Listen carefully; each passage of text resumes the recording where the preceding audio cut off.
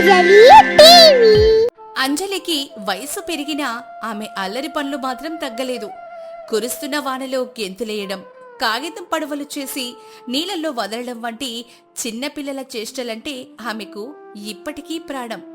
అంజలి తల్లి పార్వతి, తండ్రి నారాయణ వయసుకు తగ్గట్టు నడుచుకోవాలని ఆమెకు ఎప్పుడూ హెచ్చరిస్తూనే ఉండేవారు. అంజలి అల్లరి చేష్టలు భరించలేక ఒకరోజు, ఏమే అంజలి, ఇప్పటికే అల్లరి చేయడం నీ వయసుకి తగిన పనులేనా? రేపు పెళ్లి చేసుకుని అత్తారింటికి వెళ్లాల్సిన దానివి. అక్కడ ఎల్లరి చేష్టలు సాగుతాయనుకుంటున్నావా? ఏంటమ్మా నువ్వు అలా మాట్లాడతావు? ఆ నల్లటి మబ్బుల్ని చూస్తుంటే నాకు ఎంతో ఆనందంగా ఉంటుంది. వానలో ఆడుకోవాలని అనుకోవడంలో తప్పే ఉంది చెప్పు. నిన్నగాక మొన్న గురుస్తున్న చినుకుల్లో నువ్వు కాగితం పడవలు చేసి నీటిలో వదులుతుంటే ఆ పక్కింటి లక్ష్మమ్మ నవ్వింది. నీ కూతురికి ఇంకా పెళ్ళీడు రాలేదా పార్వతమ్మ? చిన్నపిల్లల బురదలా ఆడుకుంటోంది అని అడిగింది. అప్పుడు నాకు ఏం మాట్లాడాలో అర్థం కాలేదు తెలుసా? అప్పుడే అంజలి తండ్రి అక్కడికొస్తాడు. అమ్మా అంజలి, ఇక్కడ మేము నీ కన్న వాళ్ళం కాబట్టి నీ పిచ్చి పాలను భరిస్తున్నాం. నువ్వు చెట్లెక్కినా కొమ్మలు పట్టుకుని ఊగినా మేమేమీ అనలేదు. కానీ అత్తారింట్లో పద్ధతులు వేరేగా ఉంటాయి. అక్కడ కాస్త పద్ధతిగా లౌక్యంగా మసులుకోవాలి తల్లి. మీరు అనవసరంగా కంగారు పడుతున్నారు నానా. అయినా నన్ను పెళ్లి చేసుకునేవాడు నా మనసు అర్థం చేసుకోడా ఏంటి? ఆడపిల్లలంటే ఒక పద్ధతిగా ఉండడం నేర్చుకోవాలి. నువ్వేమో వాన పడగానే వంటింటి వదిలేసి పెరట్లోకి పరుగెత్తుతావు. నీకు పెళ్లి చేస్తే ఆ అత్తగారు నిన్ను భరించలేక మళ్ళీ మా ఇంటికే పంపిస్తుంది. పంపించుదులేమ్మా. ఒకవేళ పంపిస్తే మళ్ళీ నీ దగ్గరికి వచ్చేస్తాను కదా. నీ చేతి వంట తింటూ హాయిగా ఇంట్లోనే ఉంటాను. చూసావా పార్వతి, నీ కూతురి తెలివితేటలు? దానికి చెప్పడం మన వల్ల కాదు. అంజలి తన తల్లిదండ్రుల మాటల్లో పెద్దగా పట్టించుకోకుండా ఎప్పుడూ తన ఇష్ట ప్రకారమే ఉండేది. ఇలా ఉండగా కొన్ని రోజులకి అంజలికి సురేష్తో పెళ్లి నిశ్చయమై పెళ్లి ఘనంగా జరిగింది. అంజలి ఎంతో మురిపెంగా అత్తారింట్లో అడుగుపెట్టింది. అంజలి అత్తయ్య కాంతం చాలా పద్ధతిగా ఉండే మనిషి. మావయ్య సుధాకర్ కూడా కాస్త కఠినంగా ఉండేవారు. కొన్ని వారాలు గడిచాయి. ఒకరోజు మధ్యాహ్నం ఆకాశం ఒక్కసారిగా నల్లటి మేఘాలతో నిండిపోయింది. పగలే రాత్రైనట్లుగా చీకటి కమ్ముకుంది. చూస్తూ ఉండగానే పెద్ద వర్షం కురవడం స్టార్ట్ అయింది. హాల్లో కూర్చునున్న కాంతం, సుధాకర్ కిటికీలు మూసేయసాగారు. యావండి, వర్షం వస్తోంది. పెద్ద పెద్ద ఉరుములు వస్తున్నాయి. ఉరుములు మెరుపులకి పాపం మన కోడలి పిల్ల భయపడుతుందేమో. నేను తన్ని తీసుకొస్తాను. కాంతం అంజలి కోసం ఇల్లంతా వెతుకుతూ ఉంటుంది. కానీ అంజలి ఎక్కడా కనిపించదు. అంతలో వాకిలి వైపు నుంచి పెద్దగా నవ్వుల శబ్దాలు, చప్పట్లు వినిపించాయి. కాంతమేమో కంగారుగా తలుపు తీసి చూసింది. అక్కడ అంజలి నీళ్లను మొహాన చల్లుకుంటూ ఆడుకుంటోంది. అంజలిని చూడగానే కాంతానికి కోపం వచ్చేసింది. ఏంటిది అంజలి? వర్షంలో తడిస్తే జలుబు చేస్తుంది. నువ్వు లోపలికి రా. అసలే వర్షం ఎక్కువగా ఉంది. రా త్వరగా. అత్తయ్య, అసలు ఈ చడిగాలికి వాన చిరుకులు తగులుతుంటే స్వర్గంలా ఉంది. అత్తయ్య, నేను కొంచెం సేపు తడుస్తాను. ఏవి అంజలి, నీకు బుద్ధుందా లేదా? ఇలా నువ్వు వర్షంలో తడుస్తూ ఆడుకుంటుంటే నలుగురు చూస్తే ఏమనుకుంటారు? నీ వల్ల మన పరువు పోయేలా ఉంది. అత్తయ్య, ఇందులో పరువు పోయేదేముంది? వానదేవుడు మన కోసమే కదా వర్షం ఇస్తున్నాడు. మనం తడవకపోతే ఆయన బాధపడడు. మీరు కూడా రెండత్తయ్యా, ఇద్దరం కలిసి తడుద్దాం. చాలు ఆపవే. నా వయసేంటి, నీ వయసేంటి? సరిగ్గా అదే సమయంలో పక్కింటి సోమయ్య, రాధమ్మ గొడుగు పట్టుకుని ఆ వీధి గుండా వెళ్తూ ఆగిపోయారు. వానలో ఆడుకుంటున్న అంజలిని, అరుస్తున్న కాంతాన్ని చూసి, ఏంటమ్మా కాంతమ్మ గారు, మీ కొత్త గొడలో మీ మాట అస్సలు వింటున్నట్లేదే. మీరు ఎంత పిలుస్తున్నా దర్జాగా వాళ్ళని ఆడుకుంటోంది. మీ మాట అంటే ఆ పిల్లకి అస్సలు పట్టింపు లేదనుకుంటా. అవును కాంతం గారు, కోడల్ని అదుపులో ఉంచుకోవడం తెలియాలి. లేకపోతే రేపొద్దున నెత్తికెక్కి కూర్చుంటుంది. పెళ్ళైన అమ్మాయి ఇలా వానల్లో తడవడమేంటో. మా ఇంట్లో అయితే ఊరుకునే వాళ్ళమే కాదమ్మా. అదేమి లేదులే రాధమ్మ గారు. ఏదో బట్టలు ఆరిద్దామని వెళ్ళి అలా. చిన్నపిల్ల కదా, వాన చూసి మురిసిపోయింది. ఆమె చిన్నపిల్లంటి కాంతమ్మ గారు. సరే సరే, మీ కోడలు మీ ఇష్టం అని వాళ్ళక్కడి నుంచి బయలుదేరారు. వాళ్ళలా నవ్వుకుంటూ వెళ్ళిపోవడంతో కాంతానికి కోపం నరాలకు పాకింది.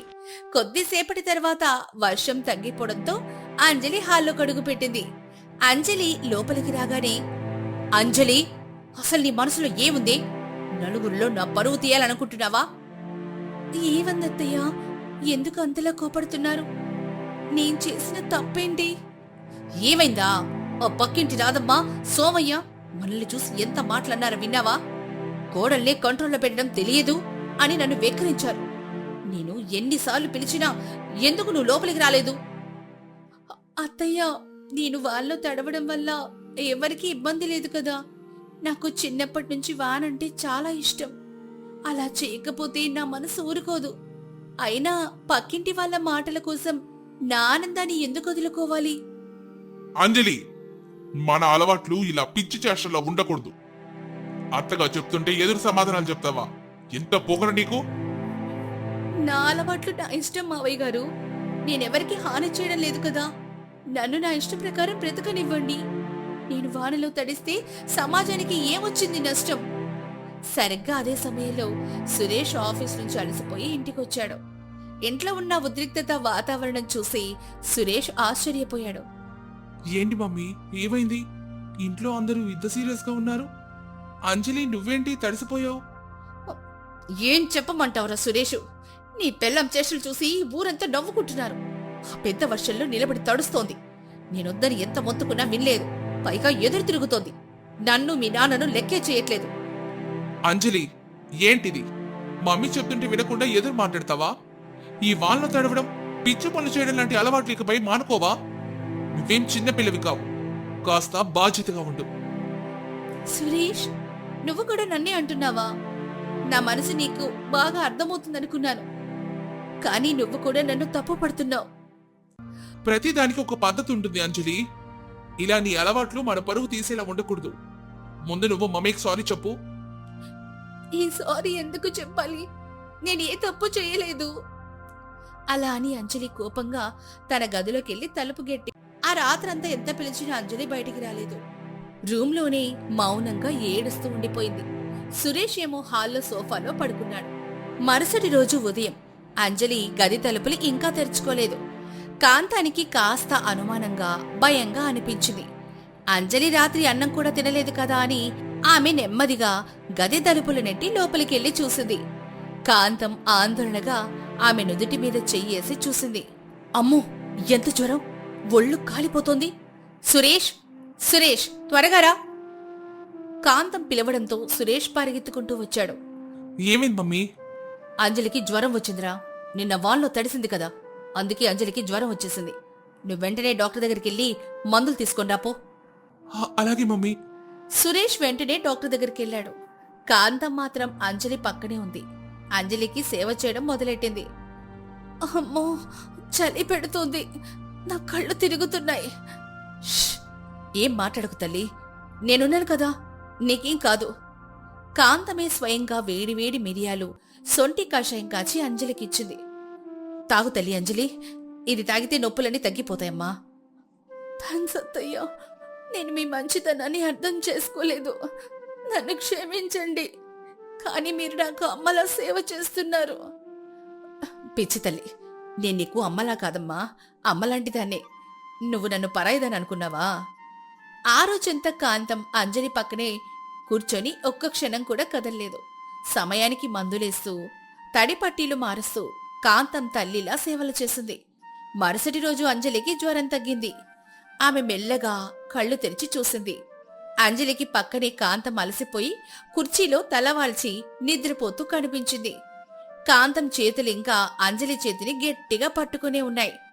అది చూడగానే అంజలి మనసు కరిగిపోయింది. అంజలి కళ్ళలో నుంచి ఆనంద బాష్పాలు రాలాయి. అంజలి మెల్లగా కదలడంతో కాంతం ఒక్కసారిగా నిద్రలేచింది. అంజలి, లేచావా తల్లి? ఇప్పుడెలా ఉందమ్మా? తలనొప్పి తగ్గిందా? ఆకలేస్తోందా? అత్తయ్య, నన్ను క్షమించండి. నిన్న కోపంలో మీకు ఎదురు మాట్లాడాను. మీ మనసు అర్థం చేసుకోకుండా ఇష్టం వచ్చిందల్లాగా నా ఇష్టమే గొప్పదనుకున్నాను. నేను చాలా తింగరదాన్ని అత్తయ్య. పిచ్చి తల్లి, నీ తప్పేమీ లేదమ్మా. నేను నీకు అత్తగారిని కావచ్చు, కానీ నిన్ను నా కన్న కూతుర్లా చూసుకోవాలనేది నా ఆశ. అందుకే నువ్వు వర్షంలో తడిస్తే జబ్బు పడతావని కోప్పడ్డాను. నువ్వు ఆరోగ్యంగా సంతోషంగా ఉండడం కంటే నాకింకేం కావాలి చెప్పు. అత్తయ్య, మీరు చాలా మంచివారు. మీ సేవ చూశాక నాకు అమ్మ గుర్తొచ్చింది. ఇకపై నేను మీ మాట అస్సలు జవదాటను. మీరొద్దంటే నేను వానపై కన్ను కూడా ఎత్తి చూడను. వద్దు తల్లి, వద్దు. నా కోసం నీ ఆనందాన్ని చంపుకోవద్దు. కానీ దానికొక పద్ధతి ఉండాలి. సుధాకర్, సురేష్ ఇద్దరు బయట నిలబడి ఇదంతా చూసి సంతోషించారు. సురేష్ కళ్ళల్లో ఆనంద బాష్పాలు తిరిగాయి. కొన్ని వారాలు గడిచాయి. ఇప్పుడు అంజలి పూర్తిగా కోలుకుంది. ఆ రోజు సాయంత్రం ఆకాశంలో మళ్లీ నల్లటి మబ్బులు కమ్ముకున్నాయి. చిరుజల్లులు మొదలయ్యాయి. బయట చల్లటి గాలి వీస్తోంది. హాల్లో కూర్చున్న సురేష్, సుధాకర్ కిటికీల నుంచి వర్షం వైపు చూశారు. నాన్నగారు, వాన మళ్ళీ మొదలైంది. ఈసారి మన తింగరి కోడలు ఏం చేస్తుందో చూడాలి. అవునురా సురేష్, కానీ బయట వర్షం పడుతుందంటే మన వంటింట్లో నుంచి ఎంతో కమ్మటి వాసన వస్తోందే. అవునానా, ఈ కమ్మటి వాసన కారణమేంటో వెళ్ళి చూద్దామా? పద. సురేష్, సుధాకర్ ఇద్దరు కలిసి కాంతంతో పాటు వంటిట్లోకెళ్లి చూశారు. అక్కడ అంజలి వేడి వేడి నూనెలో ఉల్లిపాయ, ఆలుగడ్డ బజ్జీలు వేస్తూ హుషారుగా పాటలు పాడుతోంది. ఏంటమ్మా అంజలి, నీకు వానంటే ఇష్టం కదా? బయట వర్షం పడుతుంటే వర్షంలోకి వెళ్లకుండా వంటిట్లో బజ్జీలేస్తున్నావా? అత్తయ్య, నా వాన్లో తడవాలన్న అలవాటు కన్నా నా అత్తయ్య పరువు, నా కుటుంబ సంతోషం నాకు ముఖ్యం కదా. అందుకే ఈ చల్లటి వానలో నా చేతితో వేడి వేడి బజ్జీలు మీకు చేసిద్దామని ఇలా చేస్తున్నాను. కాంతం ఆ బజ్జీ తిని ఎంతో మురిసిపోయింది. అంజలి వైపు ఎంతో ఆప్యాయంగా చూస్తూ ఆమె చేయి పట్టుకుంది. చాలా రుచిగా ఉన్నాయి తల్లి, నిజంగానే అమృతంలా ఉన్నాయి. సరే కాని నీకు వాన్లో తడవాలంది కదా? వద్దొత్తయ్యో, మళ్ళీ జ్వరం వస్తే మీరు ఇబ్బంది పడాలి కదా. పర్లేదు తల్లి, వెళ్ళి కాసేపు తడు. నీ ఆనందాన్ని నేను దూరం చేయాలనుకోవడం లేదు. కానీ ఎక్కువసేపు తడవకూడదు. 10 నిమిషాల్లో లోపలికొచ్చేయాలి, సరేనా? ఇది నీ అత్తయ్య ఆర్డర్. నిజంగానే అత్తయ్య, థ్యాంక్ యూ సో మచ్. మీరు ప్రపంచంలోనే ది బెస్ట్ అత్తయ్య. అంజలి వెంటనే పరిగెత్తుకుంటూ పెరట్లోకెళ్లి వానలో గెంతులేసింది. వాన నీళ్ళు ఆమె ముఖంపై పడుతుంటే ఆమె ముఖం 1000 కాంతులతో వెలిగిపోయింది. మమ్మీ, నేను కూడా వాన్లోకి వెళ్తాను. నాకు కూడా వాన్లో తడవాలంది. వెళ్ళు వెళ్ళు, ఇద్దరు కలిసి వానను ఆస్వాదించండి. సురేష్ కూడా పెరట్లోకెళ్లి అంజలి చేయి పట్టుకుని వాన్లో తడిశాడు. ఇద్దరు కలిసి నవ్వుకుంటూ చిన్నపిల్లల్లా గెంతులేశారు. చూసావా కాంతం, మన కోడల వలన మన ఇల్లు కూడా ఎంత అందంగా మారిపోయిందో.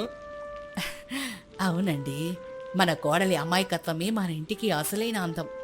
ఒకప్పుడు ఇంట్లో అల్లరి చేష్టలు, మనస్పర్ధలుండేవి.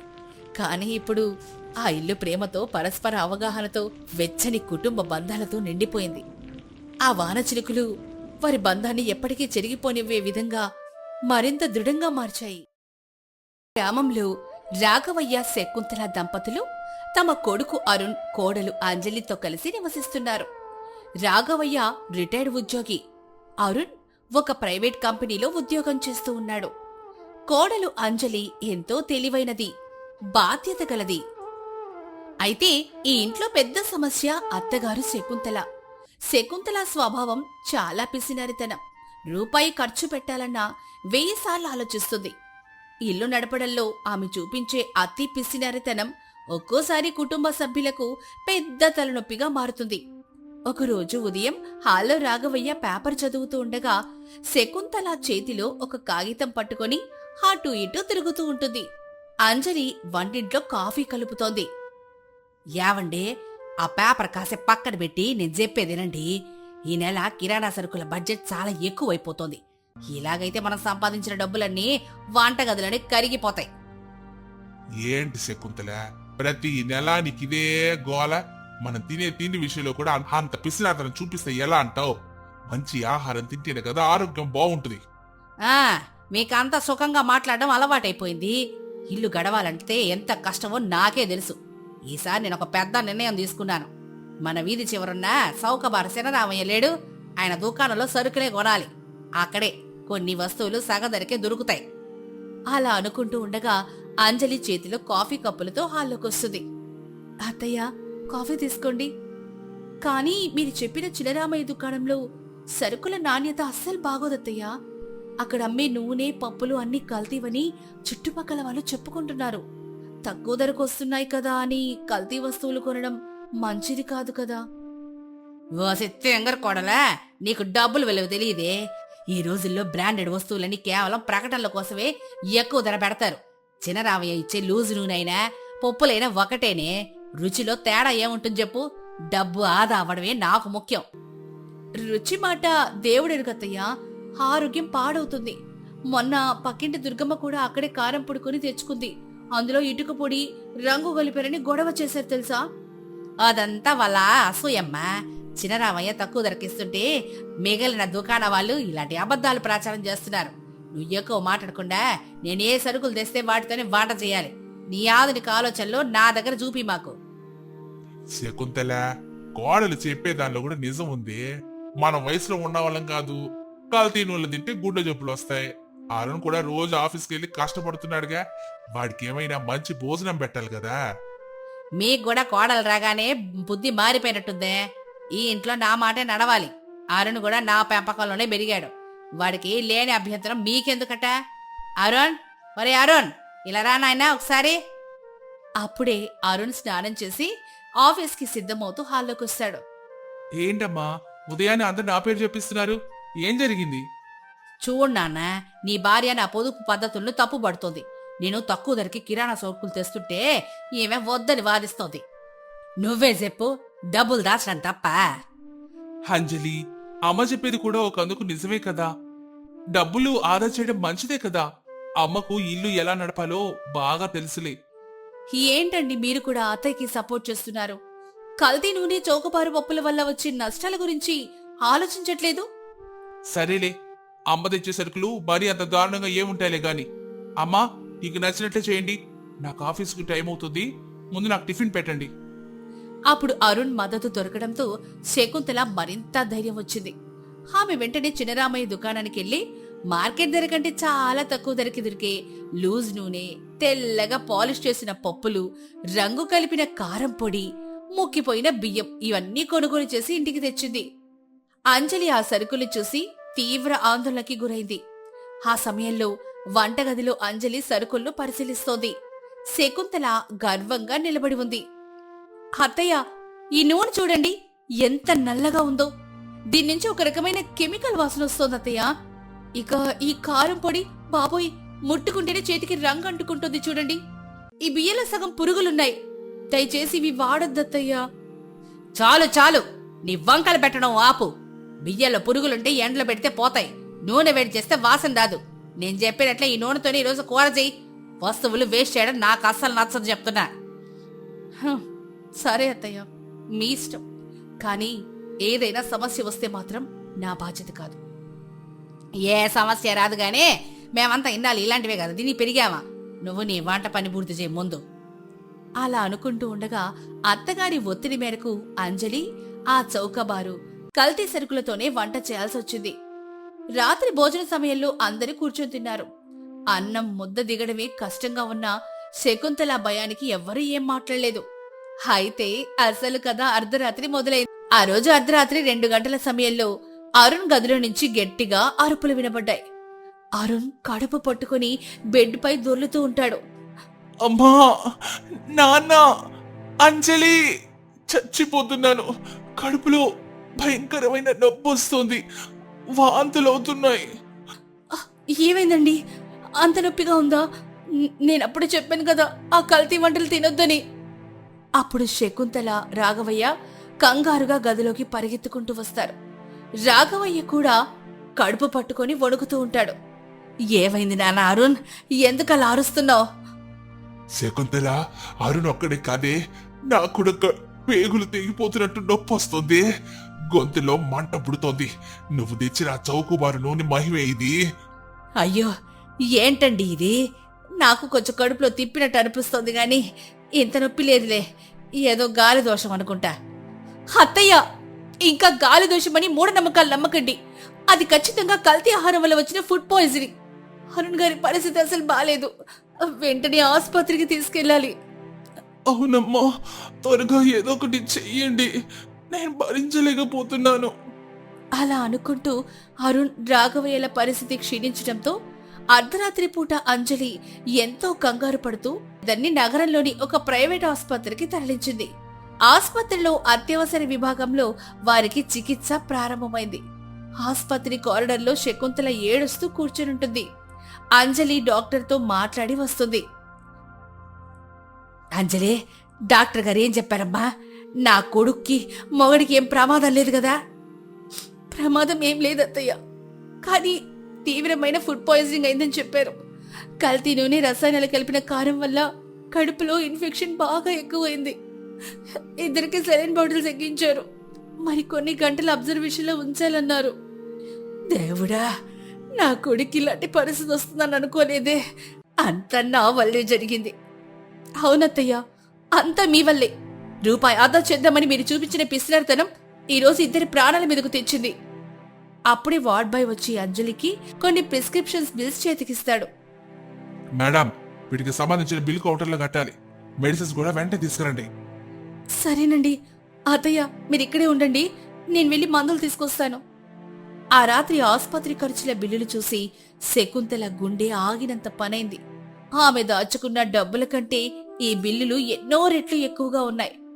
మరుసటి రోజు ఉదయానికి అరుణ్, రాఘవయ్యల ఆరోగ్యం కాస్త కుదుట పడడంతో వాణ్ణి డిశ్చార్జ్ చేశారు. ఇంటికొచ్చిన తర్వాత అంజలి తన ప్రణాళికను అమలు చేయాలని నిశ్చయించుకుంది. ఆ రోజు ఇంటి హాల్లో అరుణ్, రాఘవయ్య నీరసంగా కూర్చొనుంటారు. శకుంతల దిగాలుగా పక్కనే కూర్చుంటుంది. అంజలి ఒక పెద్ద తెల్ల కాగితం, పెన్ పట్టుకుని వారి ముందుకొస్తుంది. అత్తయ్య, ఒక్కసారి ఇలా రండి, మనం ఒక ముఖ్యమైన లెక్క తేల్చుకోవాలి.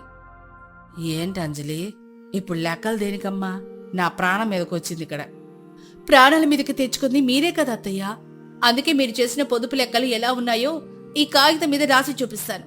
అందరూ జాగ్రత్తగా వినండి. అవునమ్మా అంజలి, చెప్పు. ఈ పిసినార్తనానికి అసలు లెక్కలేంటో తేలాలి. మొదటిది, శకుంతల గారి చౌకబారు పొదుపు లెక్క. చినరామయ్య దుకాణంలో కల్తీ నూనె, చౌకబారు పప్పులు, రంగు కారణం కొనడం వల్ల మిగిలిన డబ్బు 500. రెండోది, ఆ కల్తీ సరుకుల వల్ల వచ్చిన నష్టం లెక్క. అర్ధరాత్రి అత్యవసరంగా ఆసుపత్రికి వెళ్లడానికి టాక్సీ ఖర్చు 1500. ఆసుపత్రిలో అరుణ్ మావయ్య గారి బెడ్ ఛార్జీలు, డాక్టర్ ఫీజు 8000. ఇక కల్తీ ఆహారం వల్ల వచ్చిన ఇన్ఫెక్షన్ తగ్గడానికి మందుల ఖర్చు 4500. అరుణ్ ఆఫీస్కి సెలవు పెట్టడం వల్ల కట్టైన జీతం 2000. అరుణ్ మావయ్య పడిన శారీరక బాధ, మానసిక ఆందోళన అపరిమితం మొత్తం ఖర్చు 16000. అది చూసి శకుంతల ఆ నెంబర్లను చూసి నోరెళ్లబెడుతుంది. అరుణ్ ఏమో ఆశ్చర్యపోతాడు. చూశారా అత్తయ్య, మీరు కేవలం 500 ఆదా చేయడం కోసం మన చేతులారా ఆసుపత్రి పాలై 16000 ఖర్చు పెట్టాల్సొచ్చింది. ఇప్పుడు చెప్పండి, మీ పొదుపు వల్ల మనకు లాభం వచ్చిందా, నష్టం వచ్చిందా? నిజమేనమ్మా, అంజలి చూపించిన లెక్క 100% నిజం. ఆ కడుపు నొప్పి నేను భరించలేకపోయాను. నువ్వు 500 ఆదా చేశానని సంబరపడ్డావు గాని ఇక నా జీవితం పోయింది. దానికి తోడు ఇంత పెద్ద బిల్లు కట్టాల్సి వచ్చింది. శకుంతల, ఇప్పటికన్నా నీ కళ్ళు తెరుచుకున్నాయా లేదా? చౌకబారు వస్తువులు కొంటే ఆసుపత్రి పాలక తప్పదని పెద్దలు ఊరికి అనలేదు. నాణ్యమైన ఆహారం తింటే కదా మనం ఆరోగ్యంగా ఉండేది. అంజలి, నన్ను క్షమించమ్మా. నేను డబ్బు పిచ్చిలో పడి మన ఆరోగ్యాన్ని, మీ ప్రాణాల్ని పణంగా పెట్టాను. కేవలం కొన్ని 100 రూపాయల కోసం ఇంత పెద్ద అనర్థం జరుగుతుందని నేను ఊహించలేదు. అత్తయ్య, డబ్బు దాచడం తప్పు కాదు, కానీ అది మన పొట్ట కొట్టి ప్రాణాల మీదకు తెచ్చే విధంగా ఉండకూడదు. ఆరోగ్యమే మహాభాగ్యం. మనం తింటున్న ఆహారం ఎంత నాణ్యంగా ఉంటే మన ఆరోగ్యం అంత బాగుంటుంది. అప్పుడు ఆసుపత్రి ఖర్చులు అసలే ఉండవు. అదే నిజమైన పొదుపు. అవునమ్మా అంజలి, చాలా ప్రాక్టికల్గా నా కళ్ళు తెరిపించావు. ఈ రోజు నుంచి ఈ ఇంటి కిరాణా సరుకుల బాధ్యత, వంట బాధ్యత పూర్తిగా నీదే. నువ్వేం చెప్తే అదే ఇంట్లో జరుగుతుందమ్మా. ఇకపై నేను ఏ విషయంలో కూడా పిసినార్తనమే చూపించను. శభాష్ అంజలి, ఎంత చక్కగా లెక్కేసి నీ అత్తగారి బుద్ధి మార్చావమ్మా. మా ఇంట్లోకి ఇంత తెలివైన కోడలు రావడం మా అదృష్టం. అవునానా, అంజలి తెలివితేటలు ఈ రోజు మన కుటుంబాన్ని ఒక పెద్ద ప్రమాదం నుంచి కాపాడే. థ్యాంక్ యూ అంజలి. చాలండి, ఇంక నన్ను పొగడం ఆపి అందరి వేడివేడిగా నేను చేసే మంచి ఆరోగ్యకరమైన ఆహారాన్ని తినండి. ఇకపై మన ఇంట్లో అంతా నాణ్యమైన సరుకులే వాడదాం. అలా అంజలి తన తెలివితేటలతో పిసినారి అత్తగారి కల్తీ సరుకుల గుట్టురట్టు చేసి ఆచరణాత్మకంగా బుద్ధొచ్చేలా చేసింది. శకుంతల తన తప్పు తెలుసుకొని పిసినారితనాన్ని వదిలేసింది. అప్పట్నుంచి ఆ కుటుంబంలో అందరూ నాణ్యమైన ఆహారాన్ని తింటూ ఆరోగ్యంగా ఎంతో ఆనందంగా సుఖ సంతోషాలతో తమ జీవనాన్ని